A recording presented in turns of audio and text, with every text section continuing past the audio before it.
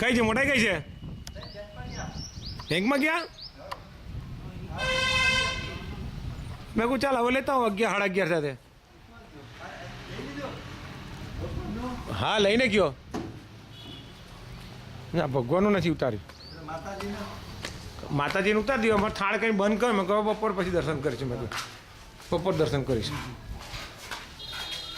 મારે બેટરી પૂરી થવાય battery charge કરે હા કામ કરે છે એમને બે હાથે લીધે જ લઈ લીધું હા